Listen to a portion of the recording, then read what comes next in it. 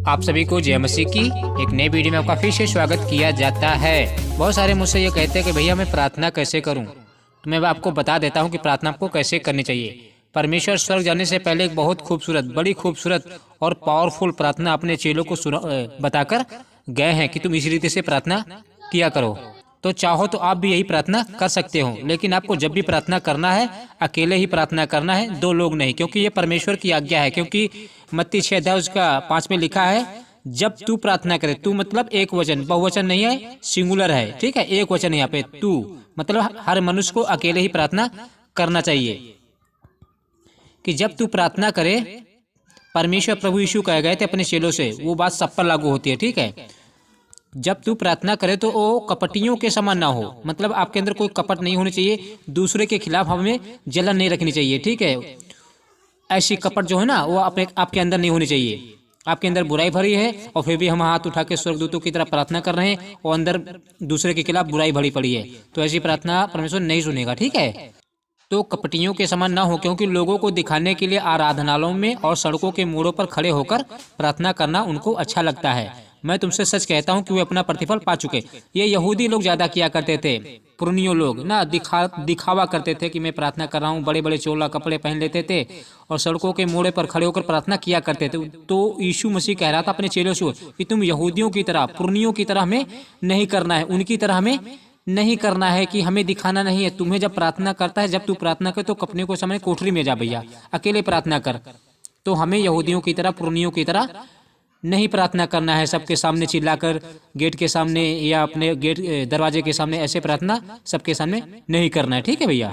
और आगे खड़े होकर प्रार्थना करना उनको अच्छा लगता है। मैं तुमसे सच कहता हूँ कि वे अपना प्रतिफल पा चुके। मतलब यीशु मसीह कह रहा भैया वो प्रतिफल पा चुके, अब कुछ उनको मिलने वाला नहीं है, जो कुछ उन्हें मिलना था वो मिल गया उनको।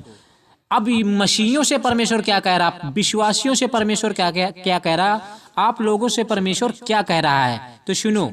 प्रभु यीशु कह रहे हैं, जब तू प्रार्थना करे तो अपनी कोठरी में चला जा। मतलब क्या, अपनी कोठरी में चला जा। आपके अंदर कोठरी नहीं है, मतलब गेट नहीं है, तो गेट नहीं है तो ऐसे में खुला कर सकते, लेकिन हमें बोल के प्रार्थना नहीं करी, सबके सामने खुले में प्रार्थना, अपने मन में प्रार्थना करना, ठीक है भैया। द्वार बंद करके अपने पिता से जो गुप्त में है प्रार्थना कर। परमेश्वर साफ साफ कह रहा है कि हमें द्वार बंद करके गुप्त में प्रार्थना करना है, ठीक है भैया। तब तेरा पिता जो गुप्त में देखता है तुझे प्रतिफल देगा।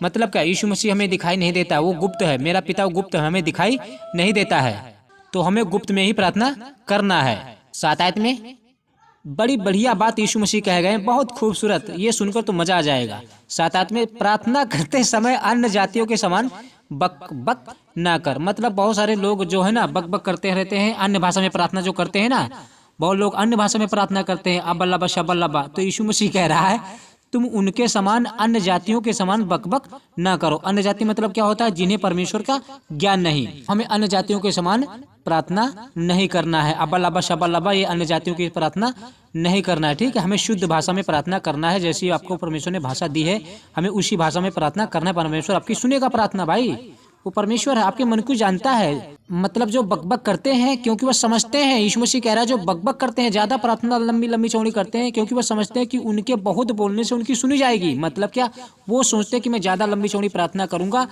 तो हमारी प्रार्थना सुनी जाएगी, तो ऐसी परमेश्वर प्रार्थना नहीं सुनेगा। यही बात हमें देखने को मिलती है, यही बात हमें सब उपदेशक 5 अध्याय उसका 2 वचन में देखने को मिलती है और 3 वचन में। यहाँ पर इस प्रकार से लिखा हुआ है, बातें करने में उतावली ना करना और ना अपने मन में कोई बात उतावली में परमेश्वर के सामने निकालना, क्योंकि परमेश्वर स्वर्ग में है और तू पृथ्वी पर है, इसलिए तेरे वचन थोड़े ही हों। मतलब परमेश्वर साफ साफ कह रहा है कि जब भी आप प्रार्थना करें तो हड़बड़ा के प्रार्थना ना करें, सोच समझ के बोले, ठीक है। जो भी आप बोले प्रार्थना में सोच समझ कर बोले, उतावली होके ना बोले, हड़बड़ा के प्रार्थना में ना बोले, ये वो चाहिए वो चाहिए, ज्यादा लंबी लिस्ट हमें बनाकर, ज्यादा लिस्ट बनाकर, ठीक है, परमेश्वर के आगे रख कर लास्ट में आमीन बोलने से क्या आप सोचते हैं कि प्रार्थना सुन लेगा? नहीं सुनेगा। परमेश्वर साफ साफ कह रहा है कि तेरे वचन थोड़े ही हों, क्योंकि परमेश्वर स्वर्ग में है और तू पृथ्वी पर है, इसलिए तेरे वचन थोड़े ही हों।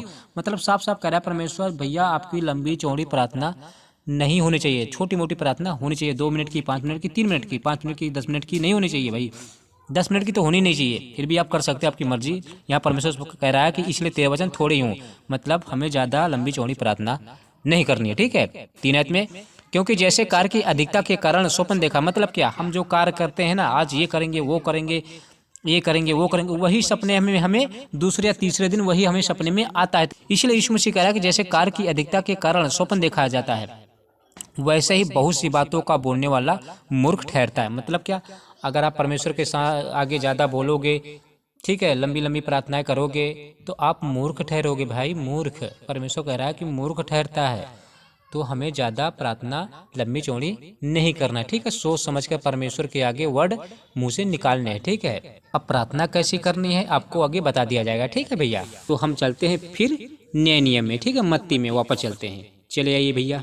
7 में प्रार्थना करते समय अन्य जातियों के समान बकबक ना करो। मतलब क्या कहता है परमेश्वर? अन्य जाति कौन लोग हैं? आपको बता देता हूँ कि जिन्हें परमेश्वर का ज्ञान नहीं, जो परमेश्वर को जानते ही नहीं, वो लोग अन्य जाति हुए, ठीक है भैया।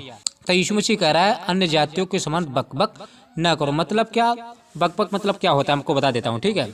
बकबक का मतलब होता है जो अबल्लब शबल्लब रिबर जो अन्य भाषा में प्रार्थना करते हैं, इसको कहते हैं बकबक। इसलिए हमारे पास जो भाषाएं हैं, ठीक है, शुद्ध भाषा हिंदी है, इंग्लिश है, तो हम उसी भाषा में परमेश्वर से बातें करें। यहाँ पे साफ साफ लिखा है, परमेश्वर कह गए हैं कि बकबक प्रार्थना करते समय अन्य जातियों के समान ना करो। बहुत सारे लोग हैं ना, अन्य भाषा में प्रार्थना करते हैं, अन्य भाषा में प्रार्थना करते हैं। भैया वो जो प्रार्थना करते हैं उनको खुद नहीं समझ में आ रहा है, तो परमेश्वर को कैसे समझ में आएगा? परमेश्वर ऊपर बैठा बोलेगा, बेटा मैंने तो ये भाषा बनाई नहीं है, तू ये कौन सी भाषा में प्रार्थना कर रहा है? तेरे लिए भाषा बढ़िया से दी है ना, हिंदी में बोल, मैं समझूंगा।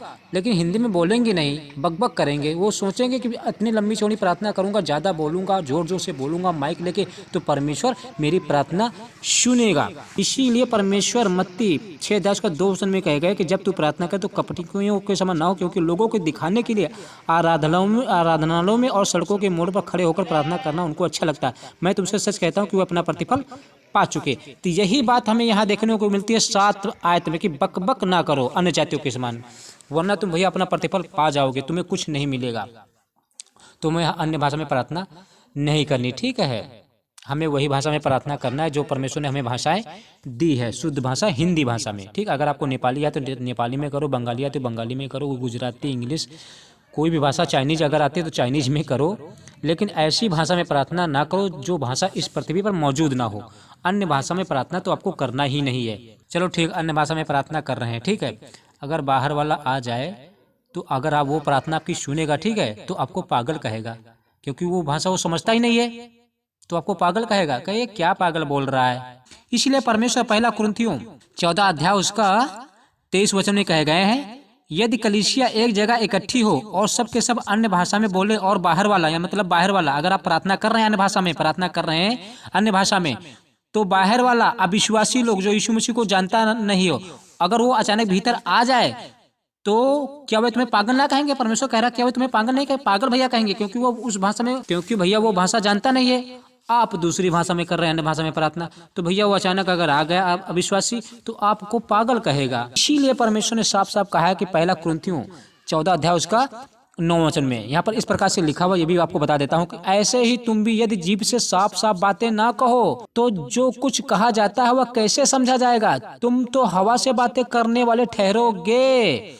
जगत में कितनी ही प्रकार की भाषाएं क्यों ना हो, परंतु उनमें से कोई भी बिना अर्थ की ना होगी। तो परमेश्वर भैया साफ साफ कह रहा है कि अगर अन्य भाषा में आप प्रार्थना करते हो तो तुम हवा से बातें कर रहे हो, तुम कोई फायदा नहीं, कोई तो आपकी सुनेगा ही नहीं, तुम ऐसे बकबका रहे हो, ठीक है। तो आपकी कोई प्रार्थना सुनेगा नहीं, ना ही आपको उत्तर दिया जाएगा, ठीक है। इसीलिए परमेश्वर 1 कुरिन्थियों 14 उसका 20 में कहे गए थे, हे भाइयों तुम समझ में बालक ना बनो, बुराई में तो बालक मरो, परंतु समझ में सियाने बनो। इसीलिए परमेश्वर कह रहा भैया बालक ना बनो, अब तुम सियाने हो चुके हो, तो रोटी खाने लगे हो, अब दूध पीते बच्चे नहीं हो। परमेश्वर साफ साफ कह रहा है कि एक जगह कलीसिया अगर इकट्ठा हो तो सबके सब अन्य भाषा में प्रार्थना करे, तो बाहर वाला अगर आ जाए तो भैया आपको पागल कहेंगे, सिर्री कहेंगे। अगर वो लोग कहेंगे सिर्री पागल, तो परमेश्वर आपको क्या कहेगा, आप ही बताइए। इसीलिए भैया अपनी भाषा में, शुद्ध भाषा में प्रार्थना कीजिए, जो परमेश्वर ने आपको भाषाएं दी है। बड़े प्रेम से प्रार्थना कीजिए, परमेश्वर आपको बड़े प्रेम से उसका उत्तर दे देगा, ठीक है। आपको कहीं जाने की जरूरत नहीं पड़ेगी, ठीक है। अब फिर वापस चले जाइए मत्ती 6 उसका 8 वचन में। यहाँ पर इस प्रकार से लिखा हुआ, इसलिए तुम उनके समान ना बनो, मतलब अन्य जातियों के समान ना बनो। मतलब क्या, पहले जो पुरानियों लोग होते थे ना, यहूदी लोग, वो सड़कों के मोड़े पर चोला पहन कर, कपड़ा पहन के प्रार्थना किया करते थे। लोगों को सड़कों के मोड़ों पर खड़े होकर प्रार्थना किया करते थे, लोगों को दिखाया करते थे। तो यीशु मसीह कह रहा है भैया उनके समान तुम्हें नहीं बनना है, ठीक है, तो वे अपने प्रतिफल पा चुके। इसलिए 8 आयत में बड़ा ध्यान देना, ठीक। इसलिए तुम उनके समान न बनो, क्योंकि तुम्हारा पिता मांगने से पहले ही जानता है कि तुम्हारी क्या क्या आवश्यकता है। भूख लगी खाना देगा, प्यास लगी पानी भी पिलाएगा, ठंडा बढ़िया ठंडा पानी पिलाएगा, और कपड़े नहीं ठंड में तो वो भी कपड़े आपको जाके लेके देगा नहीं, लेकिन किसी तरीके से बंदोबस्त कर देगा किसी मनुष्य के द्वारा, ठीक है, सब कुछ कर देगा। बस हमें परमेश्वर पर विश्वास रखना है, इधर उधर ताकना नहीं है, इधर उधर मनुष्यों की मदद नहीं लेनी है। हमें पहले परमेश्वर की पुकार सुननी है, परमेश्वर से प्रार्थना करनी है, पहले हमें परमेश्वर से मांगना है, ठीक है। अब हम आपको बताते हैं कि परमेश्वर प्रभु यीशु स्वर्ग जाने से पहले कौन सी प्रार्थना सिखा कर गए हैं, बोल कर गए हैं कि हर एक मसीही को वैसे ही प्रार्थना करनी चाहिए, हर एक मसीही को वैसे ही प्रार्थना करनी चाहिए। उसके बाद आप कोई भी प्रार्थना करो चलेगा, लेकिन हर एक मसीही को प्रार्थना शुरू करने से पहले ये छोटी सी प्रार्थना, यीशु मसीह की सिखाई हुई प्रार्थना, तो उसे जरूर करनी चाहिए, ठीक है भैया। तो हम आपको बताता हूँ कि आपको कैसी प्रार्थना करनी है, तो सुनो। अतः तुम इसी रीति से प्रार्थना किया करो। चेले से यीशु कह गए, चेलों से, कि अतः तुम इसी रीति से प्रार्थना किया करो। यीशु मसीह, चेले लोग पूछते थे कि यीशु मसीह हमें बता तू हम कैसे प्रार्थना करें। तो यीशु मसीह स्वर्ग जाने से पहले ये प्रार्थना कहा गया कि तुम इसी रीति से प्रार्थना किया करो। कौन सी? यीशु मसीह कह गए थे कि आपको पहले क्या कहना है, हे हमारे पिता तू जो स्वर्ग में है। इस समय हमारा यीशु मसीह कहाँ? स्वर्ग में है। तेरा नाम पवित्र माना जाए। यीशु मसीह कौन है? पवित्र है। तेरा नाम पवित्र माना जाए। हमें ये वर्ड तो बोलना ही चाहिए, ठीक है। प्रार्थना में 10 आयत में तेरा राज्य है। राज्य मतलब क्या? जो 1000 साल का राज्य आने वाला है, इसके विषय में लिखा है तेरा राज्य है। तेरी इच्छा जैसे स्वर्ग में पूरी होती है वैसे पृथ्वी पर भी, जैसे तेरी इच्छा स्वर्ग में पूरी होती है वैसे पृथ्वी पर भी पूरी हो। ये वर्ड हमें बोलना है। यीशु मसीह की स्वर्ग में इच्छा पूरी होती है, सारे स्वर्गदूत उसके अधीन है, सेवा उसकी करते हैं, ठीक है। 11 में हमारे दिन भर की रोटी आज हमें दे। ये आपको वर्ड लास्ट में बोलने हैं 11 में, कि हमारे दिन भर की रोटी आज हमें दे। ये आपको प्रार्थना छोटी मोटी याद कर लेनी चाहिए, ठीक है। आपको याद कर लेनी चाहिए जब भी आप प्रार्थना करें, तो ये प्रार्थना शुरू पहले से ये प्रार्थना आपको बोलना है, ठीक है। बाकी आप प्रार्थना बाद में करें, दूसरी वाली प्रार्थना अपने हिसाब से, ठीक है। बारात में और जिस प्रकार हमने अपने अपराधियों को क्षमा किया है, मतलब अगर आपकी किसी से लड़ाई दंगा हो गई है तो जब आप प्रार्थना करें तो पहले आप उसे क्षमा करो, ठीक है, तब प्रार्थना करो, ठीक है। तभी यीशु मसीह कह रहा है कि तुम पहले अपने अपराधियों को क्षमा करो, वैसे ही तू भी हमारे अपराधों को क्षमा कर। आपको ये बोलने चाहिए वर्ड, ठीक है। जैसे आपने किसी से लड़ाई हुई आपकी, ठीक है, अगर आपने उसको माफ कर दिया है तो ये शब्द आप बोल सकते हो कि वैसे ही तू भी हमारे अपराधों को क्षमा कर, क्योंकि हमने अपराधियों को क्षमा कर दिया। ये शब्द आप बोल सकते हो।